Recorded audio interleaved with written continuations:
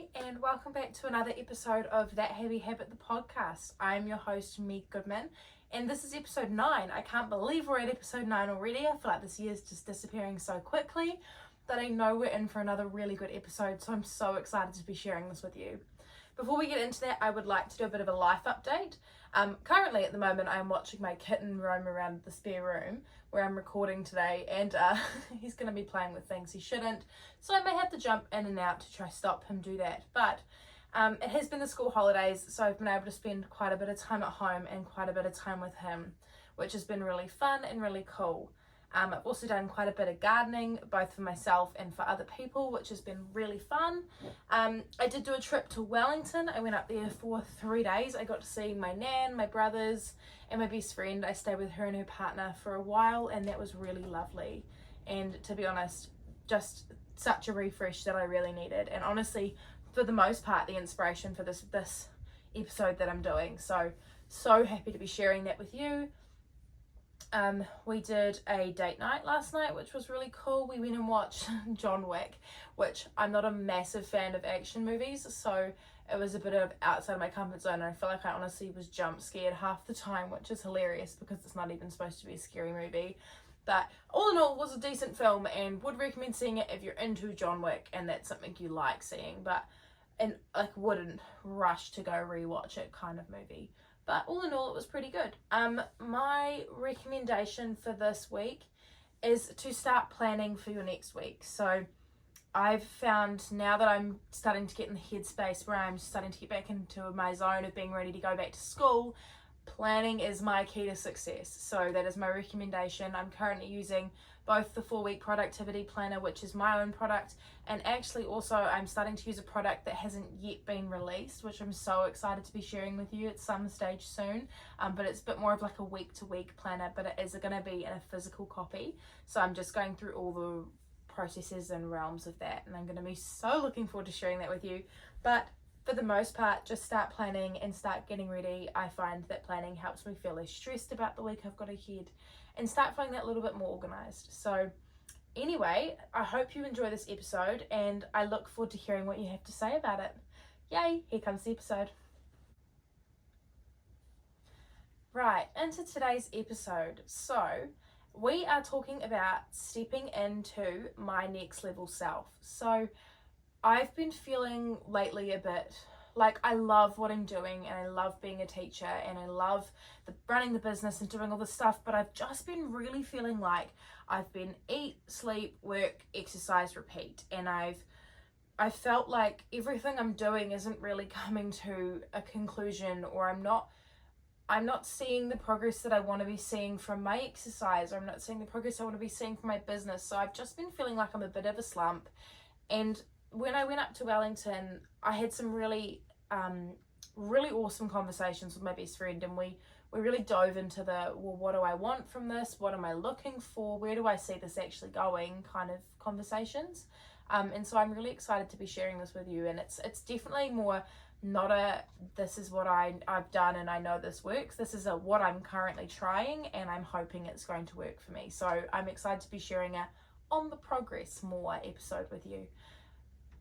So I really needed to figure out what I wanted to do and how I wanted to be the best version of myself.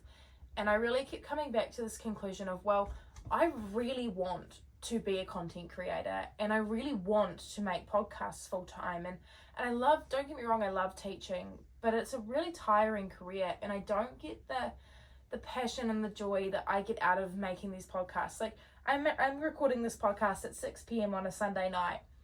I would just be blown away if this was my Monday morning at 9 a.m.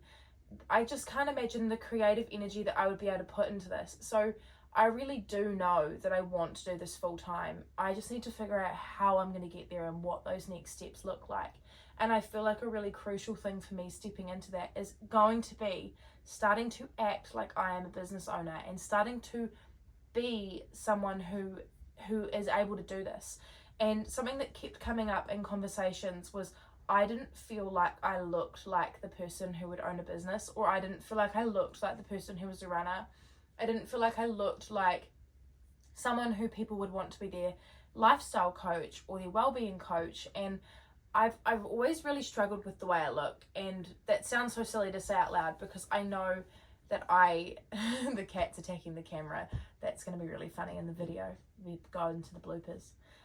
But I know that it sounds really silly to say out loud that I don't feel like I look the part, but I'm never going to feel like that if I don't let myself learn to be who I am and evolve in who I am and use that as a tool rather than something to drag me down. So I'm really looking forward to stepping this up. A mindset shift that came out of the conversation with my best friend, which I want to put in here, is I'm at the moment, I was showing up as a teacher who owned a small business on the side. And I used to, when I would bring it up in conversations, I would really shun it and say, oh, it's just a small business. Oh, I've only sold 30 something planners. And I would always put the word only or just, or I'd always minimize my success. I'm killing it. Like, I need to own it and go, well, I'm stepping into this next level self. I'm actually a business owner who still teaches, but my business has sold 30 planners and I'm pushing forward and I'm seeing success in areas that I want to see it, and I need to stop minimizing myself. I am the only person holding myself back right now. I have a support crew all around me that's hyping me up for this, and I am the only person that is stopping myself from seeing this success. I'm the only person who doesn't see myself in that light. And from this moment on, I am pushing that aside. I am the person that owns a business, and I am the person who deserves to see this success. So I am a business owner, and I am a podcaster, I am a runner, I am a reader, I am a teacher, I am an educator, and I'm allowed to be all of those things. And I think I've always gotten so in my head in the sense that I need to shun myself into one little box. And when I do something, I am an 110% person. I will always put my maximum effort into it.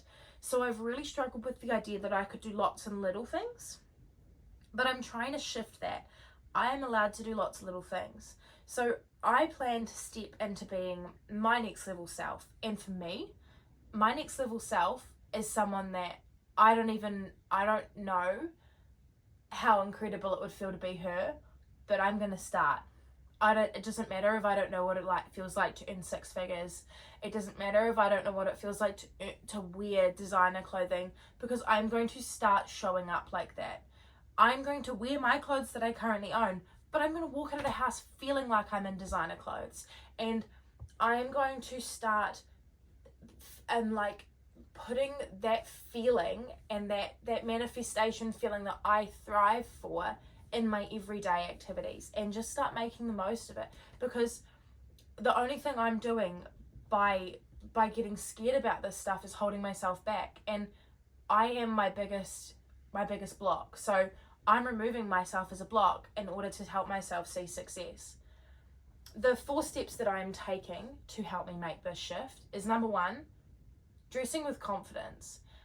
For so many years of my life, I have hid behind clothes, and even right now, if you're watching this video, I'm in a baggy t-shirt, getting attacked by my kitten, but I'm in a baggy t-shirt and jeans, and I've always felt so I had to hide in these clothes. So I wouldn't even just wear this, I would put a big jersey over the top to try and cover up who I am, and not accepting what I look like. But no, that changes today. I'm going to dress like her. I'm going to walk out of my house every day with confidence, and I'm going to be that person. Number 2 I'm going to do is planning.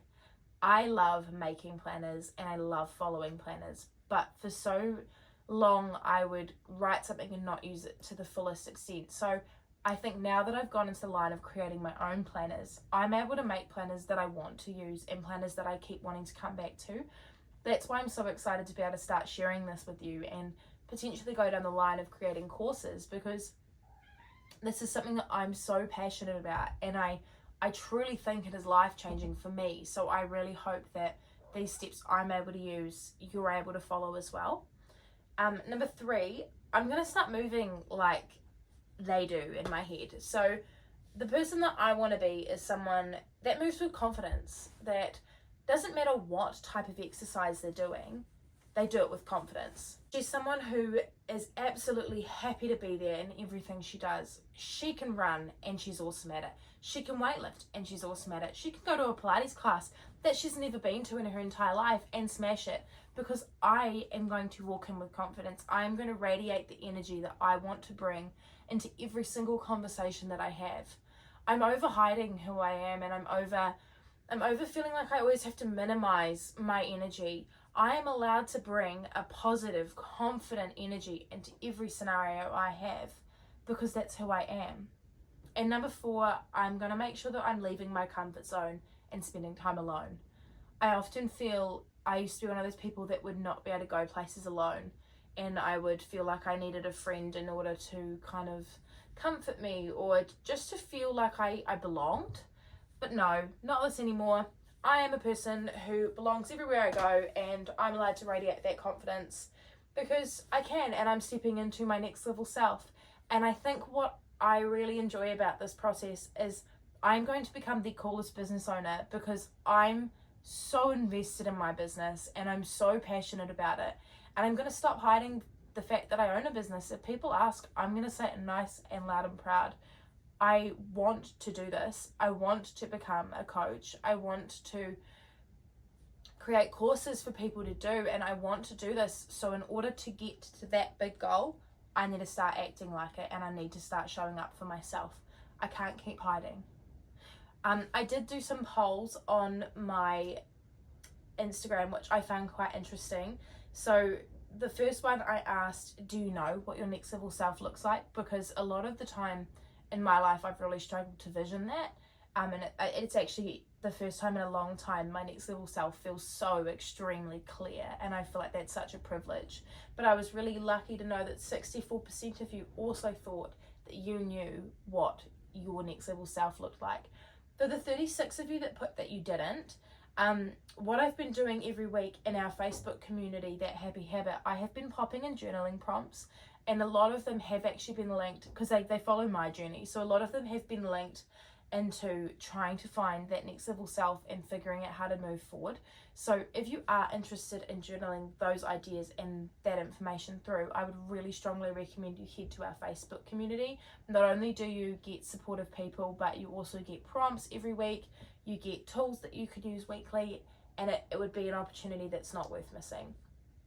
The next part was which section do you see your next level being in, and I gave 4 options. Obviously there's probably a lot more than these 4 options, but these were just 4 that kind of felt relevant to me.